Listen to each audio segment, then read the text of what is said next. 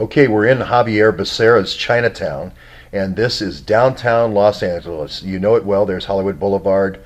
There's the Chinese Theater. There's going to be Madame Tussauds across the street, the famous Roosevelt Hotel where the old Hollywood elite used to play. Down this way is Skid Row. Down up that way is the Scientology building here, and then all these acting schools clustered around Scientology to help grandchildren relieve their grandparents of money. And then up the street we've got the Hollywood Bowl. But this company right here was interesting to me, J2 Global. I stood out here with the pretty sharp guy who was this used to be part of my territory. Pretty sharp guy who was, maybe he was an investigator, maybe he was not, but he's pretty sharp in the IT group. And he was saying, it's funny, most of the traffic here, they had a company called eFax.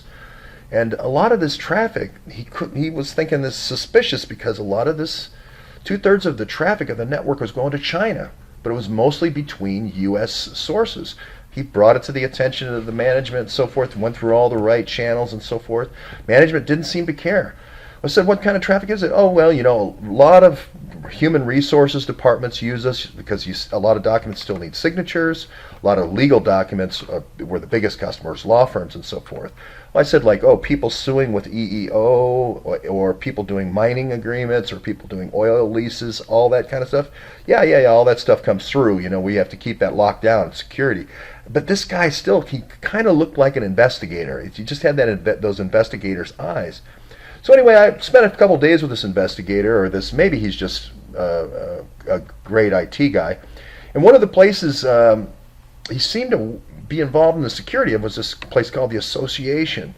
And it's kind of like one of those old speakeasies down. You go down this thing, you can't even see the front door. They don't have any signage on the front. It just says, you can see it here, it just, it's down these steps. It almost looks like a warehouse or the old speakeasy. I think it may have been an old speakeasy at one time. And the Association, sometimes people say that's a pseudonym for the CIA, like the company and so forth.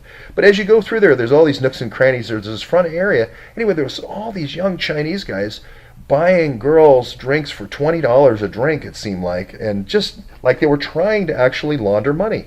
It actually looked like a money laundering operation, or else people who just like to buy water-drawn drinks extremely expensive. So, it turns out I met with the health inspector the day before, and then they ended up having a visit from the health inspector, which I was completely surprised by, and they wiped this thing down after the health inspector got there like it was autoclave. It was almost like they were dusting for fingerprints. I mean, man, they really went through this place and cleaned it. And I started thinking, that's the perfect cops and robbers situation. If you had the speakeasy, like the old Chicago Capone days, making about 80% of the profit, every once in a while you have a raid for the public and a raid for the press, you take your 20% in terms of bail for all the people you arrest. Everybody spends about an hour in jail playing cards, and everybody goes home. You take pictures of everybody in jail, all the mobsters in handcuffs, and away you go. That way everybody knows who's involved. And it reminded me so much of Andrew McCabe and this spying.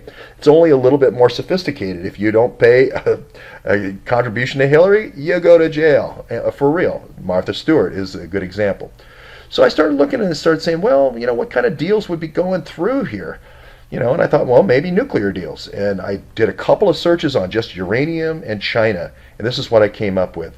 China Nuclear Power Group. And I thought, oh, here's all the same names, Areva, for removal. And then I started looking at all these different things, China Nuclear, National Nuclear, and so forth. And this Husab mine. And then I obviously would drill down on that. Husab mine turns out to be in Namibia. And it's got it's going to be a biggie. It's the second biggest one. And then I noticed this weird name, this Swakop uranium mine. I thought, that Swakop, that reminds me of, I just saw this. I remember Peter Thiel of Palantir, Mr. Logistics, Mr. Worldwide Logistics, Mr. kind of the new backbone, the new dying for backbone for all of our intelligence agencies. And I thought, Swakop, I remember that, somewhere in South Africa. I thought, Peter Thiel, I think he went to a school named Swakop in South Africa. Is Peter Thiel involved with the Husab mining project? I don't know. To be honest, I have no idea.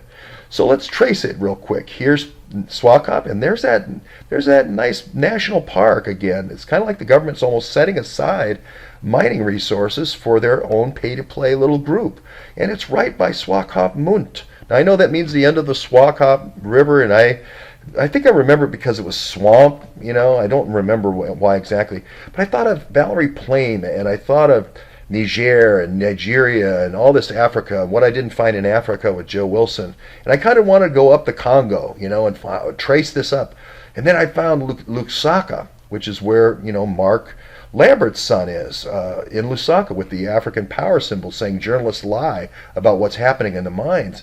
And then I remember the grandfather of Mark Lambert went there in this Zambia operation. And I remember the Krupnik crushers as we got closer to the Shinkolobwe mine. And then I remember Naomi Campbell and the other guy from Congo talking about the Shinkolobwe and how it was 10 times more pure than anything in the world. I thought, gosh, that'd be awfully tempting. If I was over on this side, I would go through a town called Lubumbashi.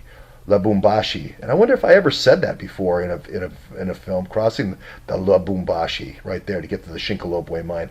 I wonder if that's where the trucks go, and that's the carryover point. If you had Krupnik crushers. I'm just saying, if you had Krupnik crushers, you could then put them on a plane in Lusaka, if you reduced it down to yellow cake, and then get it over here. And get it to the mining operation down here. Or you could drive the ore. I just don't think these African roads are just not that great. I just don't think they drive the ore. I would want to Krupnik crush it up here and reduce it and then turn it in, maybe put it on a ship here and then ship it off to Kamiko maybe I'd want to send it to Kamiko in Canada at Blind River and get it spun at Blind River. Okay, so here we have the Shinkolobwe mine in Wyoming. This made me think of Dick Cheney right away, and Genie Resources and Genie Energy and Resources for the Future, and Seth Rich and the whole crew, the whole Genie Energy crew with, Woolsey and the whole gang. Not Rothschild though, not Rothschild. And here's Kamiko. Now, if I was Kamiko and you were driving your ore up here and I was crushing it, using the Krupnik crushers here and turning it into yellow cake, you know what I'd do? I'd send it to my own facility in Blind River, Canada, and then I could send it anywhere I wanted over the world. It's supposed to come back. It's supposed to come back to Tennessee, right? To Y12 or one of the other nuclear facilities, power plants, with Lambert's transportation company, Transport Logistics. But we know from John Solomon's article that it didn't go there. It went to the Urenco, and Urenco, man, the middleman there is a guy named. Not Ahmad Khashoggi. The new guy is Chiguri, but I think he plays the same role. Drugs go one way, arms go the other. Yellow cake, uranium. Uranium's the cover on top. So anyway, that's how it gets to the UAE. Because you know what? I think the UAE ambassador also has a trucking company. That's strange. The UAE ambassador has a trucking company, and it's going to go to Iran. The final destination of all this is going to be Iran. And that's why they shut down Piketown. And that's why they shut down Paducah.